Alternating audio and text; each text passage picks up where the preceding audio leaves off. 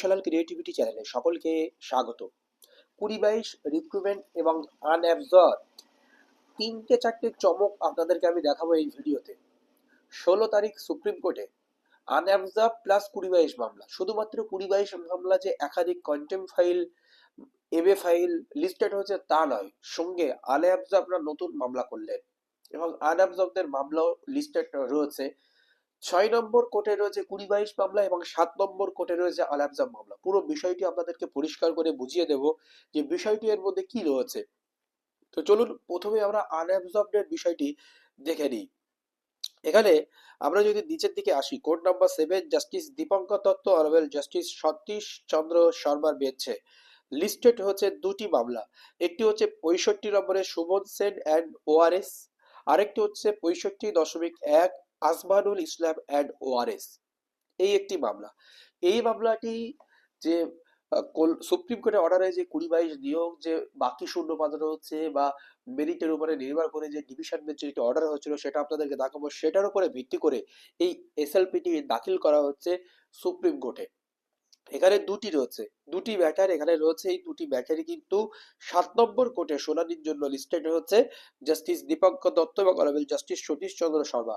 এবং দেখুন আপনারা, এই দুটি মামলার সঙ্গে 2022 মামলাকেও আমরা একেবারে বাদ দিতে পারি না। 2022ও একটি গুরুত্বপূর্ণ মামলা। এখানে 2022 মামলাটা মূলত এখন যে 800+16 বা 873 কি সামথিং যে শূন্যপদ এখনো বাকি রয়েছে, 1900 সামথিং 1919 বা 1900 সামথিং 1981 শূন্যপদে নিয়োগ দেওয়ার পরেও এই শূন্যপদে তারা কেন নিয়োগ দেবে না, সেই পোস্টে কিন্তু একাধিক মামলা লিস্টেড হয়েছে সুপ্রিম কোর্টে। তো সুপ্রিম কোর্টের ওয়েবসাইট ঘাটলে আমরা দেখতে পাবো যে এটাও দেখুন, ওটা দেখেছি কোড নম্বর 7, আর এটা দেখবেন কোড নম্বর 6।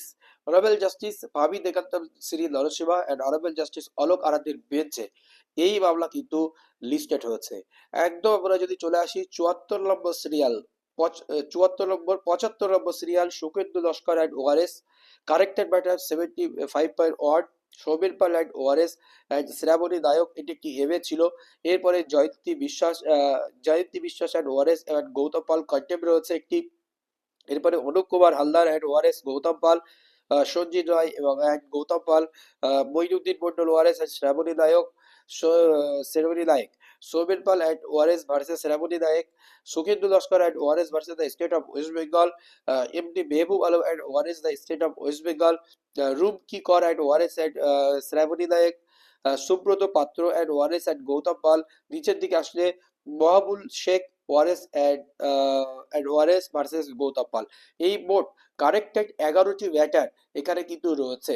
তো আমি এই আনঅ্যাবজর্বদের যে নতুন মামলা আর এইগুলো 2022-এর যে রেস্ট অফ সিট রয়েছে সেই সিটের উপরে ভিত্তি করে, এছাড়াও এখানে আরো 100 জন ক্যান্ডিডেট রয়েছে, সিমিলার সিচুয়েটেড ক্যান্ডিডেট এখানে রয়েছে, যাদের সুইচ ওভার কেস ছিল, বিএড ডিএলএড এরকম বিষয়। আরো আপনাদেরকে আগের দিন একটি ভিডিওতে আপনাদেরকে বলেছিলাম যে এই যে switch over case BEd DElEd দুটি বোধ ডিগ্রি, তার মধ্যে কিছু জন অলরেডি নিয়োগ পেয়ে গেছে, এই 1981 জনের মধ্যে লিস্টেড আছে।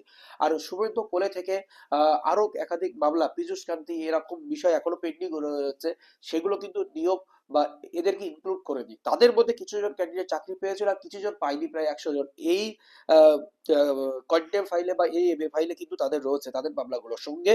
আনঅবজার্ভদের লড়াই কোর্ট নাম্বার 7, প্রায় একই সময়ে দুটো মামলা, ওটাও আমরা দেখলাম 70-এর উপরে, এটাও কিন্তু 70-এর উপরে।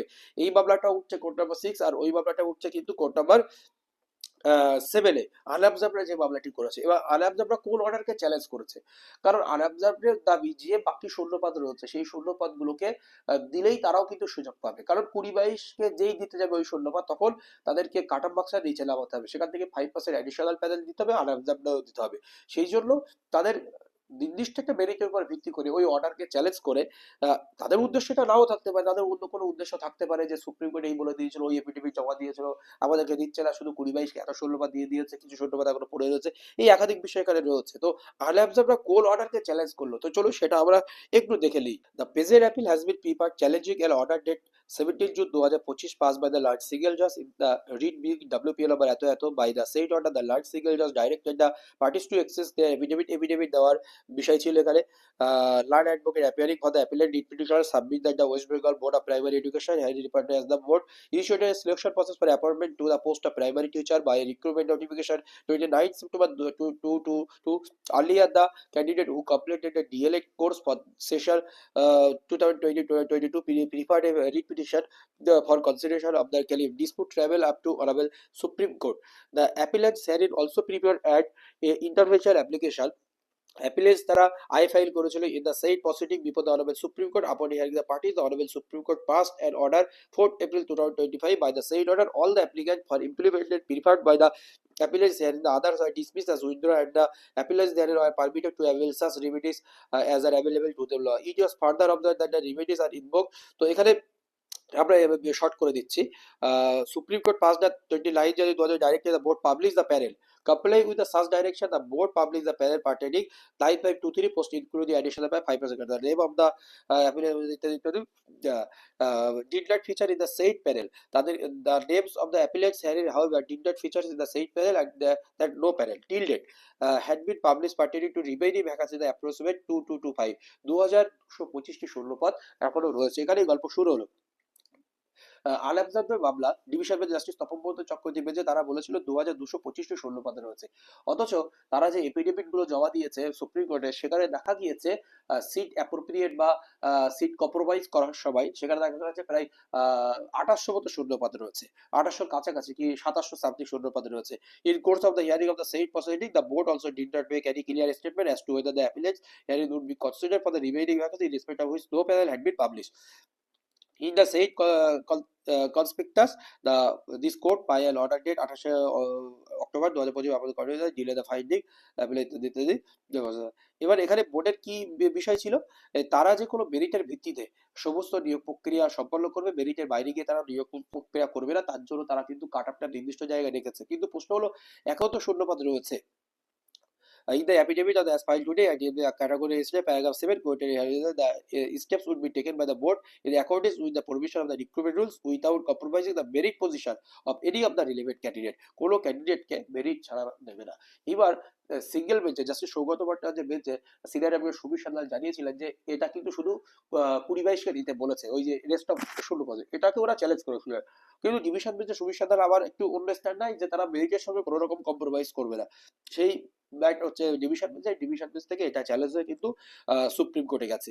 এই হচ্ছে বিষয়। তো বিস্তারিত কি হয় না হয় অবশ্যই আপনাদেরকে আরো ভিতরে তথ্য দেওয়া হবে। ধন্যবাদ।